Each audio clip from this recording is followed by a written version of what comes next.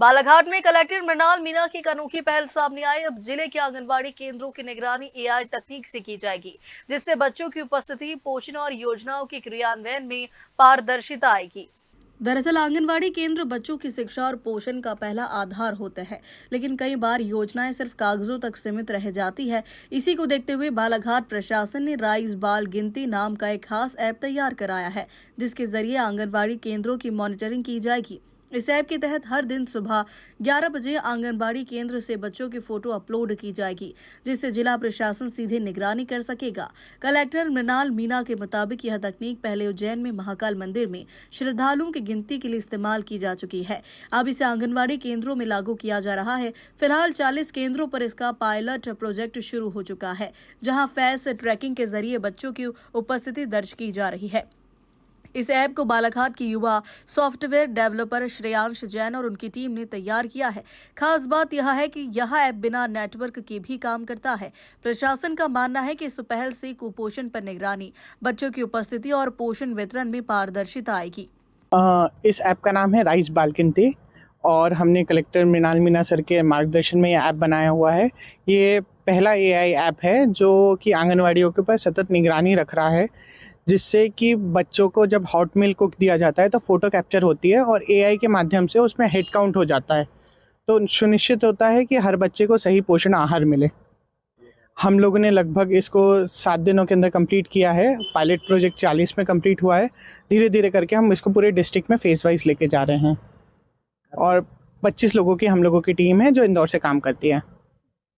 ये ऐप में बहुत ईजिली हमने उसको बनाया हुआ है कि आपको खाली फ़ोटो का एक आंगनवाड़ी कार्यकर्ता का आईटी पासवर्ड होता है जो कि उनको मिल जाता है।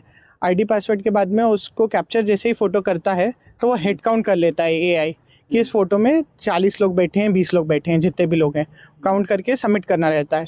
जो भी सरकारी दिन की छुट्टी रहती है वो ऑटोमेटिकली मार्क रहती है कि आज हॉलीडे है। और अगर दूरगामी क्षेत्र हैं जैसे अपने यहाँ बैहर, तो यहाँ पे नेटवर्क नहीं है तो भी ये पूरा काम करता है। जैसे ही नेटवर्क मिलता है तो वो अपलोड हो जाता है। इस शुरुआत में हम लोगों ने 40 आंगनवाड़ी केंद्रों में इस एप्लीकेशन के माध्यम से बच्चों का जो फेस ट्रैकिंग होता है उसका हम लोगों ने काम प्रारंभ किया है। इसमें बेसिकली ये यहाँ के बालाघाट के लोकल यूथ्स के द्वारा ही डेवलप किया गया है और इससे सुविधा ये मिलती है कि एक बार जब आंगनवाड़ी कार्यकर्ता एक टाइम पे जैसे पढ़ाते समय या फिर जब उनका HCM का हॉट कुक मील का खाना उनको खिलाया जा रहा है, उस समय पे बैठा के जब फ़ोटो लेती है तो कितने बच्चे उसमें उपस्थित हैं उसका वो काउंट करके ऑटोमेटिकली रिपोर्ट जनरेट करता है। और इससे फ़ायदा ये है कि अभी तक जहां आंगनवाड़ी कार्यकर्ता मैनुअली पोषण ट्रैकर पे एंट्री करती थी कि कितने बच्चे आंगनवाड़ी केंद्र में हैं, उसके कंपैरिजन में उसके साथ में अब फ़ोटो से वो ऑटोमेटिकली कैलकुलेट करके भी AI के माध्यम से बताता है।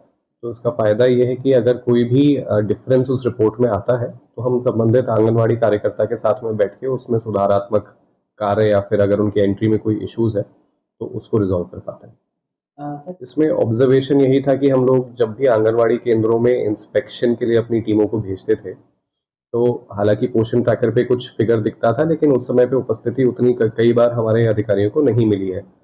तो जहाँ पे फिर एक ये शंका रहती है कि या तो बच्चे एक लिमिटेड समय के लिए आंगनवाड़ी केंद्र पे जा रहे हैं या फिर बच्चे आंगनवाड़ी केंद्रों पे नहीं पहुँच पा रहे हैं।